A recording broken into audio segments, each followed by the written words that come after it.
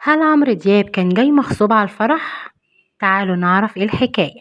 عمرو دياب وإثارة الجدل. اتسبب عمرو دياب في حالة من غضب الجمهور في مصر والوطن العربي، وخصوصا كان في مصر بعد صفعه لأحد معجبيه بالقلم على وشه خلال غنائه في حفل زفاف لمنتج مشهور.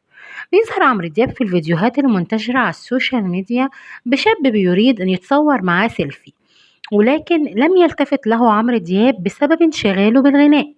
أصر الشاب على التصوير مع عمرو دياب لأنه من معجبينه، فأمسك بيه من ملابسه، ولكن رد عمرو دياب كان عنيف شويتين. التفت للشاب وضربه قلم جامد جدا على وشه. تحدث المعجب عن الواقعة وقال: أنا حزين جدا من اللي حصل، ونفسي أمسح كل الفيديوهات المنتشرة على السوشيال ميديا. أنا من معجبين عمرو دياب وكان نفسي آخد صورة معاه. وقال: المعجبين هم أساس الفنان، واللي حصل مش من مقامك يا هضبة. وإنه اتفاجئ من رد فعل عمرو بصفعه على وجهه بهذا الشكل المهين. وقال: أنا اتصورت مع كل الفنانين حتى محمد رمضان، ليه يحصل لي أنا كده؟ الشاب أصيب بحالة نفسية سيئة بسبب تداول الفيديو بكثرة، وسوف يقوم بتقديم شكوى في النقابة لاتخاذ اللازم من الإجراءات القانونية.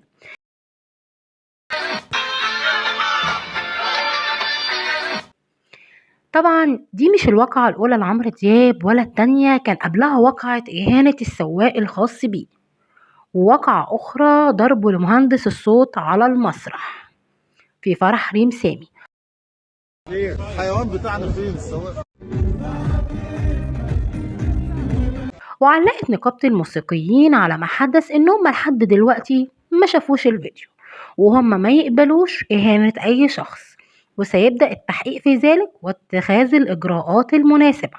كلمة أخيرة، عايزين نقولك يا هضبة إحنا اتربينا على أغانيك الجميلة، ليه بتخسرنا وبتخسر جمهورك؟ كلنا بنحبك وعايزينك تفضل الهضبة زي ما تعودنا عليك.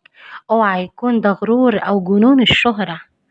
في رأيكم، هل عمرو دياب مثال مشرف للفنانين المصريين في مصر والعالم العربي، ولا نموذج مغزي لمصر وللمصريين؟